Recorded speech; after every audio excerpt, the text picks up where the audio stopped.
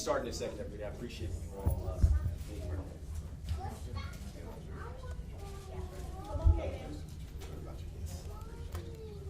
And then just so everyone's aware, to start off the press conference, we're going to play a video, and we'll play the video of part of the incident, and then we'll transition. Okay.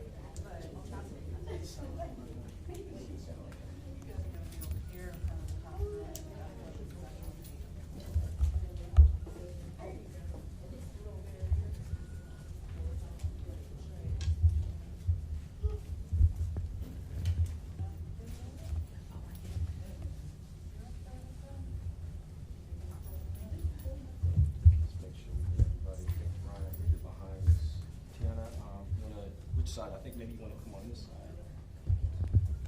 Kagan, family could be there. And then there's a little bit of space kind of back here too, if necessary. All right, so I'm going to need you in a second. I'll tell you. All right, once again, thank you everybody for being here today. We're going to get this press conference going. My name is James Bryant. I'm a partner at the Cochran firm. This is the managing partner of our office, Brian Dunn. We have Rodney Diggs. He's a partner at Ivy McNeil, Wyatt Purcell, and Diggs. We have Kellen Davis, who is with Jovan. What's Jovan? Jovan Blacknell, law office of Jovan Blacknell. And we also have Dion. Dion, what's your last name? Dion Benjamin. Yeah, and they represent the family. Thank you. Let's get the lights off. Let's play the video.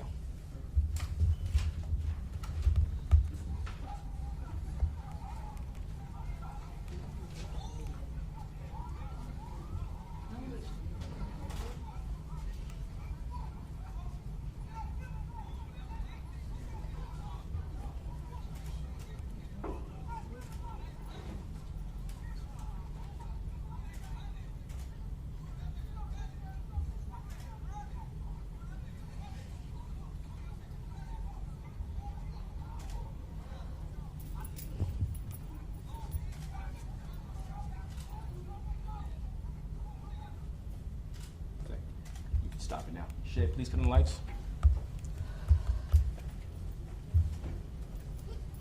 The video you just saw was one of the last few moments of Darrell Caldwell's life, also known as Drakeo the Ruler. His life was taken way too soon, and it should have never happened.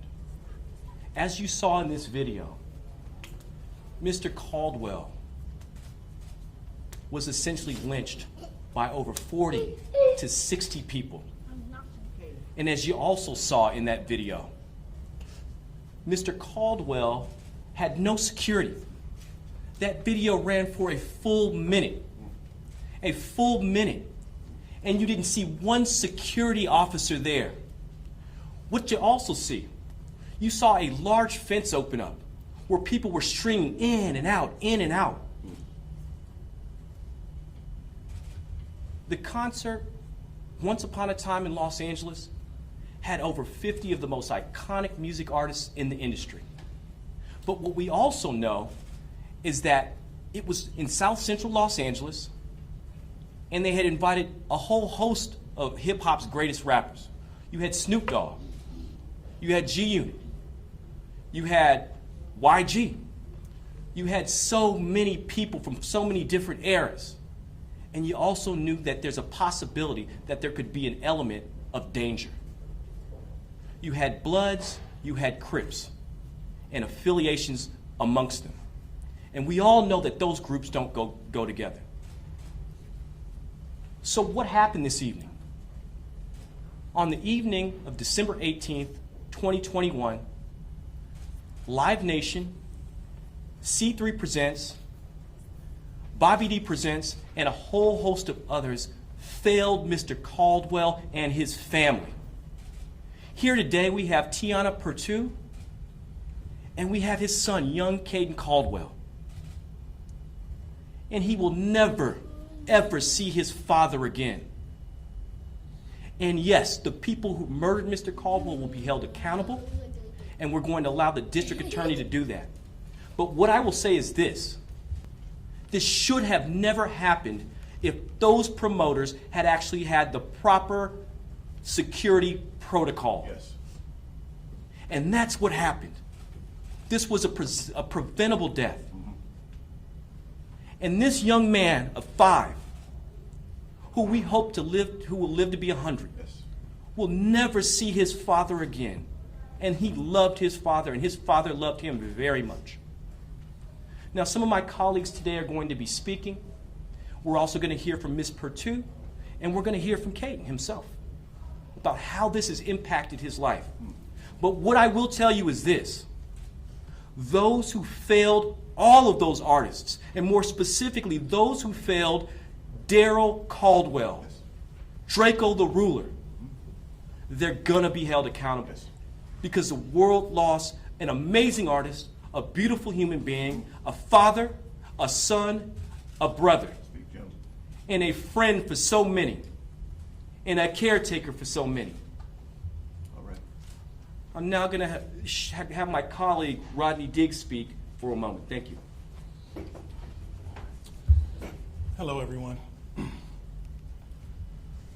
The video that we just saw is the prime example, and this is a case of pure negligence. Negligence at its finest. We only saw a minute in this video, but we know that the melee, the altercation, the 50 to 60 people on one individual lasted longer than that. That's right. And why? How did that happen? If you can show the next slide, the lineup. Okay, sure.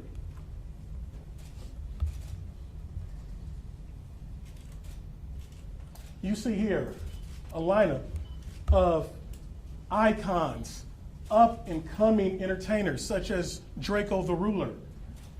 These people didn't have protection, and we are fortunate and saddened at the same time that it didn't spread to all the people there that was at the event. That's right. What doesn't make sense is where this incident took place was backstage, where the artists need to feel protected. And they weren't protected due to the negligence of Live Nation and others who will be held accountable. And as a result of this negligence, Caden, 5-year-old, is not going to be able to spend holidays, other New Year's and things of that nature with his father. What's also more glaring is that Drakeo was not allowed to bring in his own security. So if you can't have your own security there, then you best believe that security needs to be provided, not just to Drakeo, but to these other artists to prevent things like this happening. Amen. Understand that, yes, everyone has been locked up for about 1.5 to 2 years because of COVID, and now people are out and want to have fun. But you can't just throw events because you know that people have an urgency to want to come out and enjoy. You still need to provide protocols, not just COVID protocols, but safety protocols to protect individuals' safety. That goes from their health, and that goes to their well-being, and that goes to saving lives of others. Yes. And again, because of this negligence, we are now here today, but best believe that we are going to get justice for the family on behalf of Right. Drakeo the Ruler. Thank you. We're now going to hear from Kellen Davis, and Mr. Davis represents Drakeo's family. So Darrell Cornell, Drakeo's brother, and others. So let's hear from Mr. Davis. Thank you, James, and good morning to everyone. I had the privilege of knowing Drakeo, Darrell Caldwell, Drakeo the Ruler, for an extended period, and probably during one of the darkest times in his life. Yes. And the courage, the leadership, the strength that I knew in Drakeo was unmatched. He faced life in prison, he maintained his integrity, and he came out, didn't bear the scars, didn't let the scars from that event stop him from being the incredible artist that we knew, that provided the culture with new, unique, and just amazing art. Yes. That we all get to benefit from, and that's going to even outlast this tragedy. Speak. Now, I think that what he was able to accomplish in just over a year after facing the full wrath of the government's efforts to persecute him, Come on now. it speaks to the man that he was.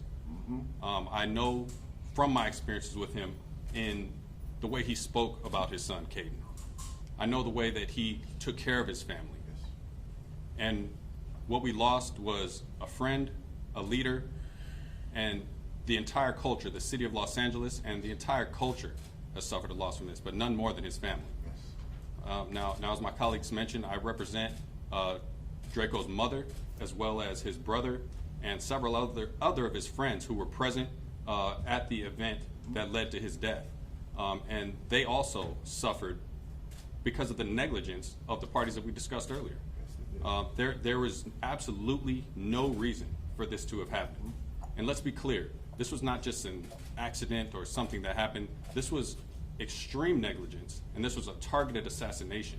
He was killed by these people, and he was the focus of it. Everybody else did suffer, but Draco was the person who was attacked and stabbed in the neck as he was about to enter the stage, just moments before he was going to enter the stage to do what he does for a living. It's inexcusable. It is despicable. And we are going to seek justice. We are going to get justice for Draco and his family. Thank you. And before Ms. Perdue takes the mic, I want to say something very important. This is not like Live Nation hasn't had issues before. Live Nation continuously fails safety for its patrons who are coming to the concerts. We just saw with Astro World, but it didn't start with Astro World. It has happened time and time again. And now we have yet another incident where Live Nation has put money ahead of the safety of its artists and the people who are coming there to enjoy these different venues and the people performing. So I just want people to understand this is not the first time, but I will be damn sure it will be the last. Okay, no. So now we're going to have Ms. Perdue come here and speak a little bit about what they're going through in her experience. Hello, everybody. Good morning. I'm Tiana. I am the mother of Draco's son, Caden, as you can see. He's right here. It's been hard. It's been a real tragedy for us, especially for me being that my son is only 5, and I have to continue every day to just see like what could I do? How could I explain to him that his dad is not coming back? Now, when it happened, I did let him know, that his dad is not coming back. But then, just a day after, he's like, "Okay, is my dad still gone?" And I'm like, "Yeah, he's gone. Like, we're not gonna be able to see him again." And it just sucks for Caden because he's only 5 and his dad's life was taken away from him. He's not gonna be able to grow up with his dad anymore. He was ripped away from all opportunities that he had with his dad. Growing, I know that he's already been gone away from him majority of his life because of being incarcerated, and thank God he was able to beat that case and come out and still have the love for his son that Yes. he remained while he was incarcerated. I just thought it would start from there. It would be a way better future for Caden. It would be something different now that his dad is there with him. But now that this happened, it's like, wow, now it's no more, okay, you can hear your dad over the phone. You can go see him on the weekends. It's nothing. The only thing we have left is memories for him. And just the fact that I have to continue to think about how many times I'm going to have to repeat that until he actually understands is what's the hardest for me. My son is only 5. He has so many years of his life left to grow up. And when it's going to even have to start over when it's really time for him to understand, okay, my dad is really gone. I'm at this age where I know that I'm not going to see my dad anymore. And I just feel like the lack of security that was there that night, it just doesn't make sense on how did these people get through? How did these people get access backstage to an artist? He was a rising artist, but he was very well big enough to where he can have his own security and he can be protected.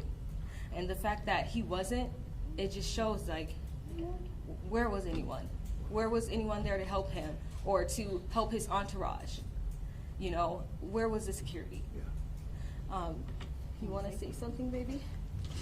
Real quick. Okay. You want to tell him? You want to say what you miss your dad? Let him know. Say it. Go. Go ahead. Go ahead. Tell him how you feel about that. I love my daddy. You gotta look straight and say it. You wanna say it again? Say it. I love my daddy and I miss him.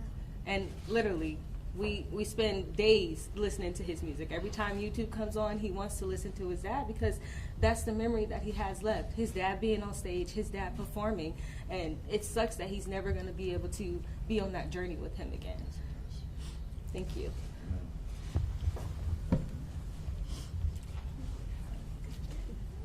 Thank you, Tiana. Little man, hey, we good, right? There we go.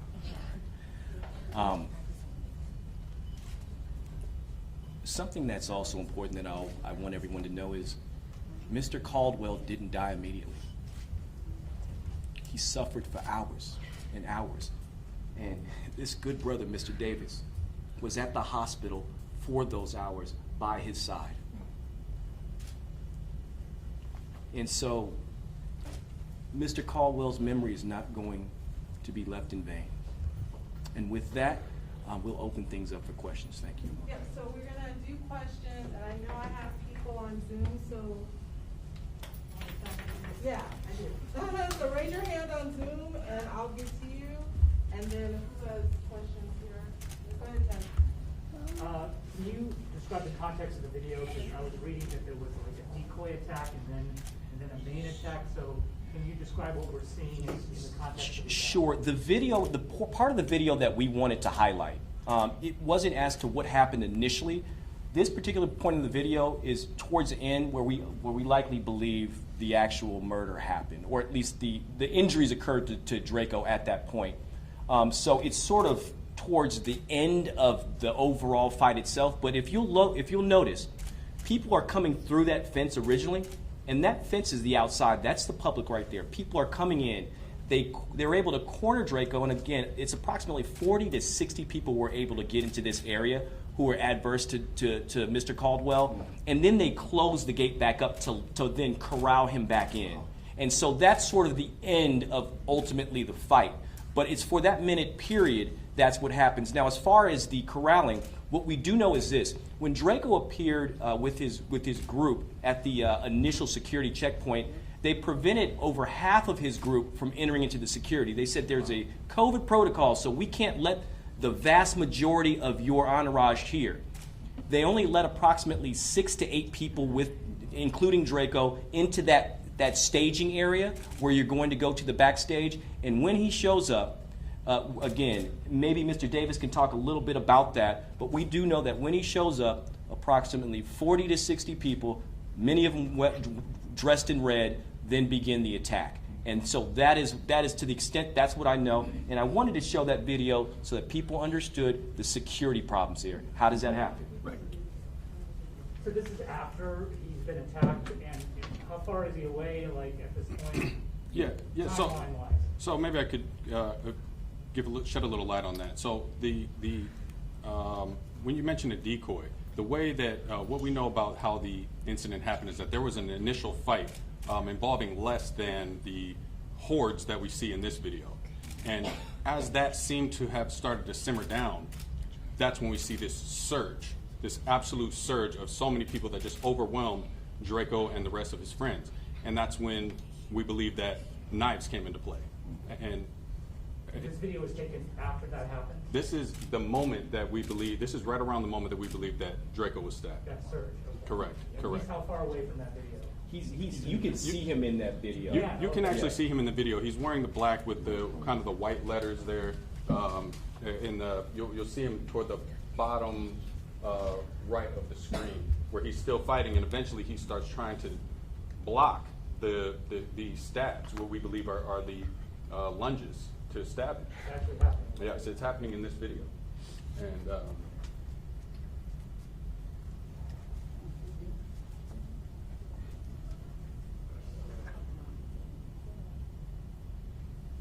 Kind of like maybe take one step back, sir. so we see some of his Pause, group. pause. So this is where we see people trying to escape this attack, and they are, as James said, they were essentially corralled back into this area where they could not escape what was happening. Go forward. And so if we look toward the bottom, kind of a lot closer to the fence, you can see, actually see Draco. Okay.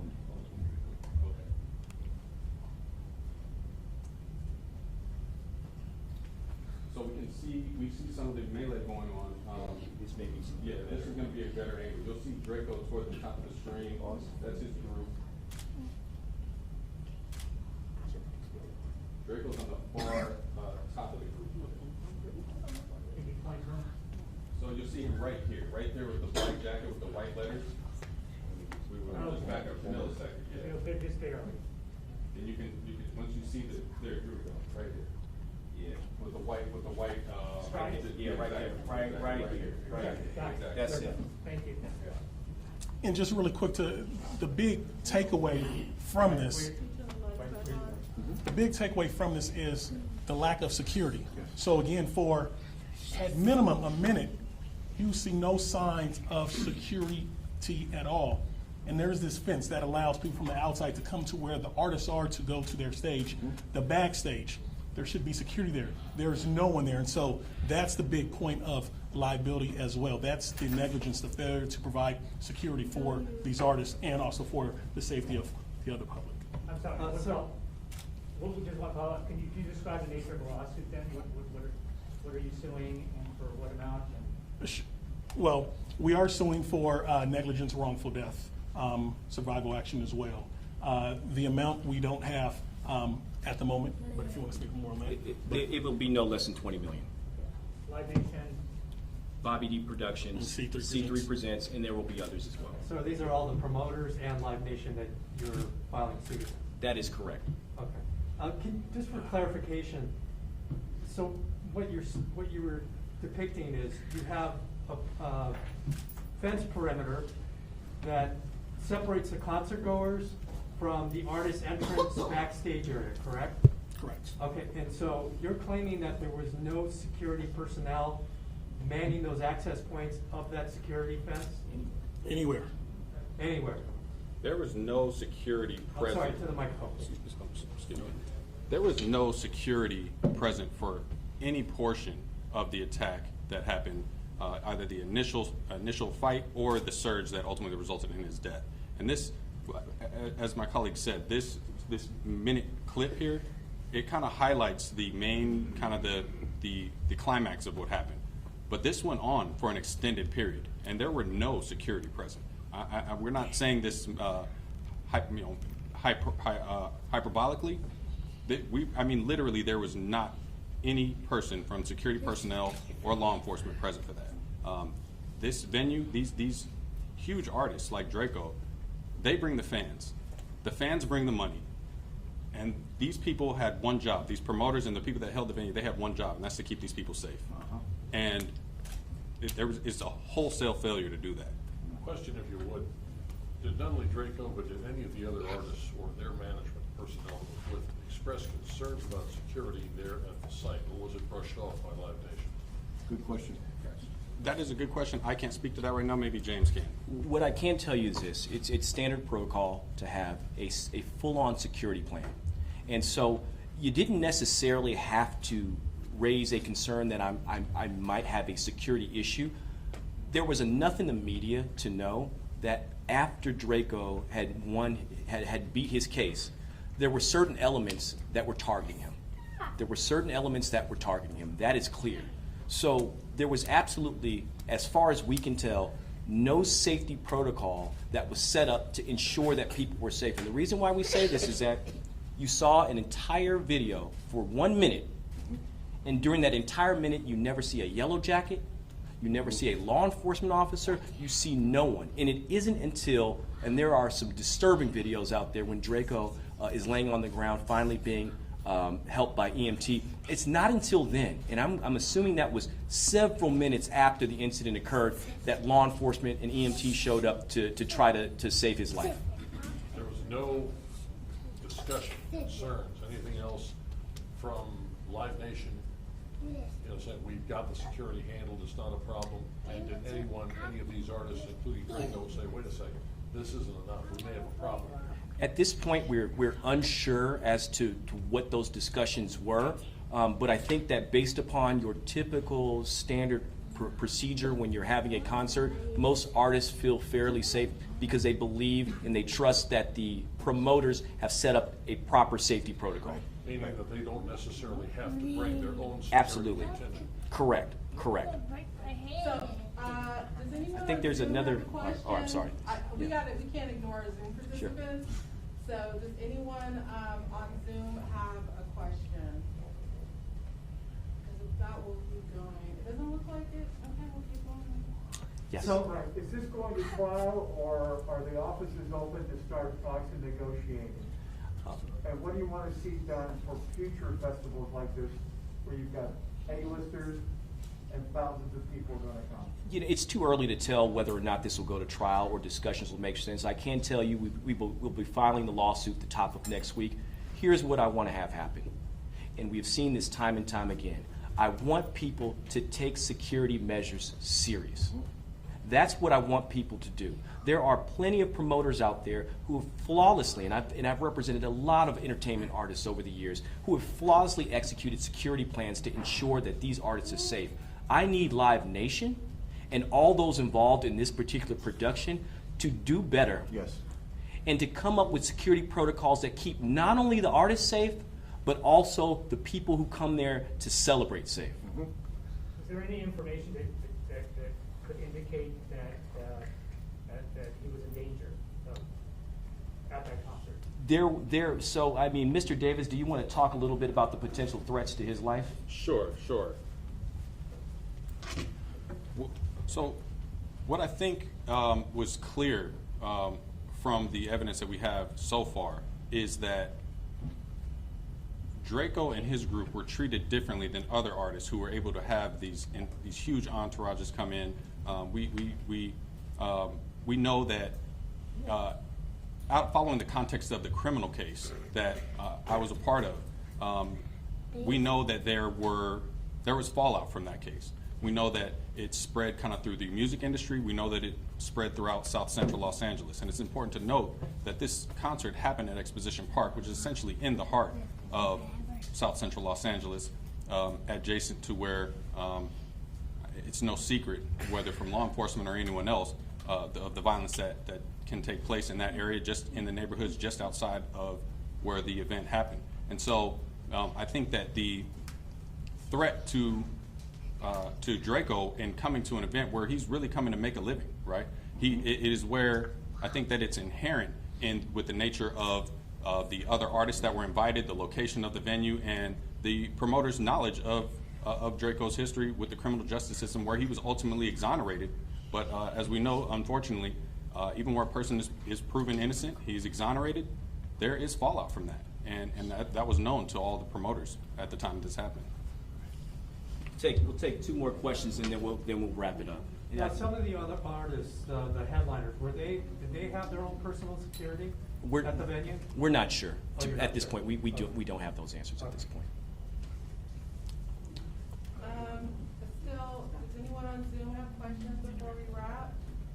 I see no hands questions? raised. All right. Okay. All right. Well, thank you all very much. Thank you. Thank you all.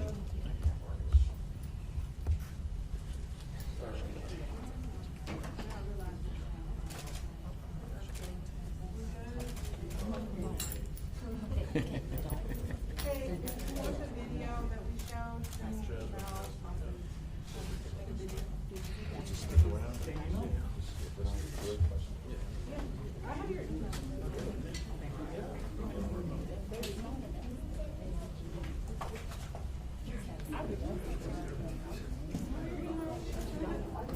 We're not strangers.